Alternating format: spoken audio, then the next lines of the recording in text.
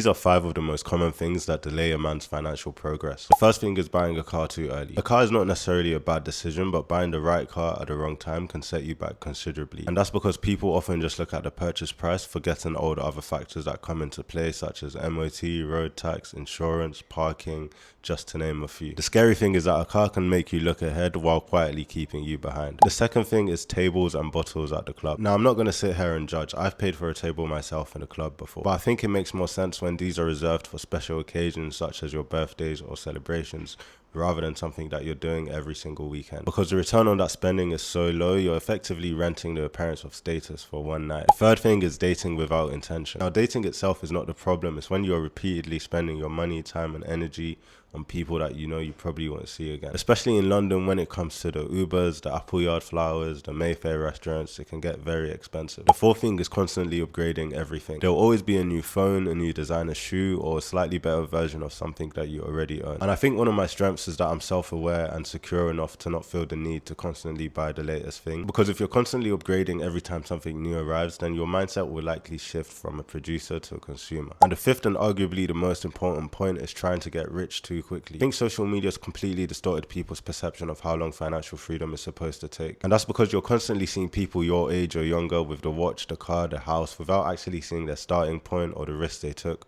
or if it's even genuinely their own stuff. And that comparison can make you start abandoning your already sensible plans and start taking risks that you can't afford because you feel like you're running out of time.